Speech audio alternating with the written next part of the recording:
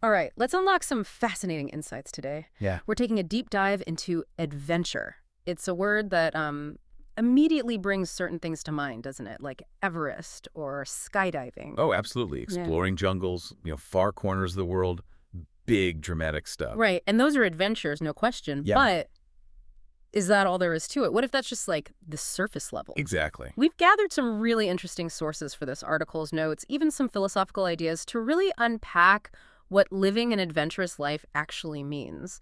Because it feels like it's way more than just maps and mountains. It's something internal, a force, maybe a feeling, definitely a decision. Okay, let's unpack this. So first off, this idea that adventure doesn't always need a passport or, a plane ticket or a GoPro strapped to your head. Right. It can be much closer to home. Maybe quieter. Yeah. Quieter, but still huge, personally. Like, think about walking into a new classroom when you haven't studied for years. That takes guts.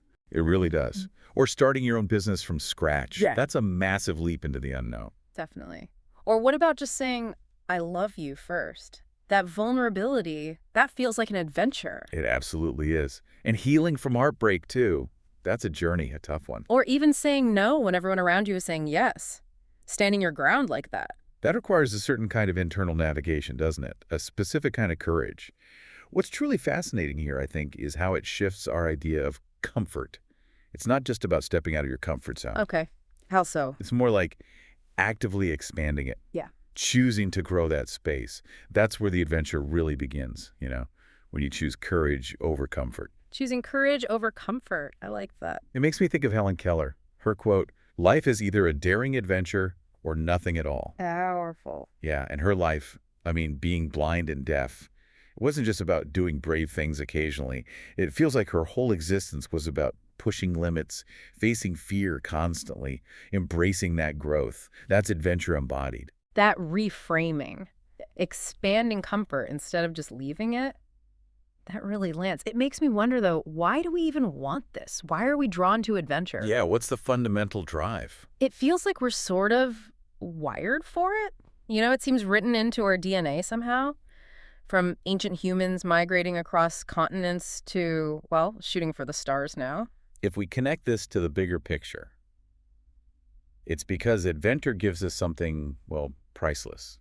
Something you can't buy. Okay, like what? It's the growth, obviously. Yeah. Stretching beyond what you thought you could do. And discovery. Learning about the world, sure, but also about yourself. Right, self-discovery. But maybe the deepest thing is purpose. That feeling of being truly alive, awake, connected. It's not just about feeling alive, though. It's like, it's how we forge who we really are.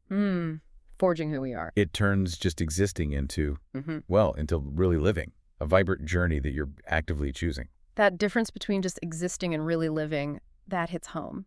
And it makes me think about all the adventures that fly under the radar. The everyday ones. Yeah. The silent champions, the people whose bravery doesn't make headlines but is just as real. Give me some examples. Okay, like a single mom deciding to go back to school after maybe 20 years out. Changing her whole life path. That's huge. Yeah. Facing down fear of failure. Juggling responsibilities. Yeah. Or a teenager coming out, choosing to live authentically, even when it's scary or difficult. That takes immense courage. Absolutely. Or think about a refugee starting over completely in a new country, building a life from almost nothing. Yeah. Talk about navigating the unknown. Definitely. Or even, say, an introvert who forces themselves to get on a stage and share their ideas, finding their voice like that. It's interesting how we often don't label those things adventure. Yeah. But they absolutely are. They're acts of exploration, resilience, transformation. So it's not just about the scale, it's about the internal shift. Exactly. It's the transformation that makes it a real adventure. Pushing personal boundaries, changing from within. That's just as valid as climbing any mountain. That makes sense. Now, we can't really talk adventure without talking about fear. Ah, yes. The constant companion. Right. That nervous feeling in your stomach, the doubt, the sheer discomfort sometimes. It's like your body's alarm system saying, whoa, new territory here. It is. It's unavoidable, really. So the real question is, what do we do with it? How do we actually respond to that feeling? This raises an important question. Yeah. How do we shift our perspective? See that fear not as a big red stop sign, but maybe like a green light. The green light. Interesting. Yeah, George Adair said something like, everything you've ever wanted is on the other side of fear. It's not about not feeling fear. It's about recognizing it as a signal. A signal for what? A signal that growth is possible. Yeah. That discovery is right there, just beyond that edge of discomfort. It's pointing the way to your next expansion. Okay, so fear is a signpost, not a barrier. If that's true, how do people we think of as adventurers actually use that signpost? What can we learn from them? Yeah, let's look at some examples. Here's where it gets really interesting. Absolutely. Okay, take someone like Bear Grylls, the survival guy. Right. He has this great line, adventure should be 80%. I think this is manageable. And 20%, what the hell am I doing?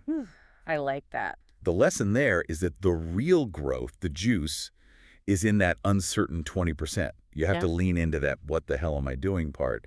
That's where the magic happens. Leaning into the uncertainty. Okay. Or think about Jane Goodall. She went into the forests of Africa studying chimps when very few women were doing that kind of field work. Yeah, groundbreaking stuff. Totally. She was driven by curiosity. Society might have said no, or that's not for you, but she followed that inner pull, the lesson. Trust your curiosity, even if the path isn't laid out for you. Follow your curiosity, even if the world resists. That's powerful. And one more, Nims Purja, the climber from Nepal, his Project Possible. Oh yeah, climbing all the 8,000-meter peaks in record time. Incredible.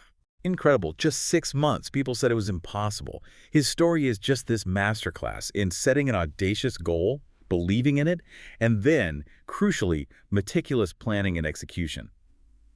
It screams, no dream is too wild. Wow. So Grylls leaning into the 20%, Goodall following curiosity against the grain, Purja proving the impossible possible. It really shows adventure takes so many forms, right? Facing physical danger, facing societal norms, facing your own perceived limits. But the common thread seems to be courage. Courage and a willingness to step into that unknown space. So, okay, this is all great, but how do we, bring more of this into our lives, like a practical steps for the listener? Good question. Making it actionable. Yeah. We thought of 5 simple ways. First, just say yes to something that scares you a little. Okay. Could be signing up for a class, planning a small trip you've hesitated on, or even just having that difficult conversation you keep avoiding. That little bit of, oof, scary. That's the invitation. Lean into that discomfort. Second, be a beginner again. Seriously, learn a language, try a new type of cooking, pick up painting, whatever. And be okay with not being good at it right away. Exactly. Embrace the awkwardness, the fumbling. That's the adventure of learning something new. The mastery comes later. Got it. Beginner mindset. Third, travel, but redefine travel. You don't need to fly across the world. Explore a neighborhood in your own city you've never been to. Oh, like that. Local travel. Yeah. Try food from a market you always walk past. Talk to a stranger. There's adventure right outside your door. You just have to look. So much we miss in our own backyards. Totally. Fourth, write an adventure list.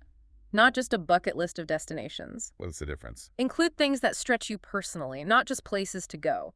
Mix the big, bold stuff with simple, everyday explorations that challenge you.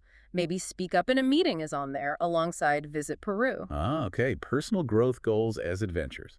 Nice. And finally, fifth, tell your story. Share your journeys, your attempts, your successes, even your failures. Your adventure, big or small, could be the spark someone else needs to start theirs. That ripple effect. Pay it forward. Exactly. Those are great practical tips. They really show that adventure isn't some exclusive club. It's accessible. It's about mindset, isn't it? It really is. It's about making that conscious choice to step out, or rather, to expand that comfort zone, like you said earlier, day by day. Cultivating the mindset. So what does this all mean? I guess it means whether you're literally standing on a mountain peak or just standing up for yourself, that's adventure. Yeah. Whether you're walking into a completely unknown situation or walking away from something that no longer serves you, you're on an adventure. Well said. The path. It might not be clear, there might not even be a map, but the journey, well, the journey is yours. And that's kind of beautiful, isn't it? Really is. So go on, embrace your next adventure, whatever it looks like for you.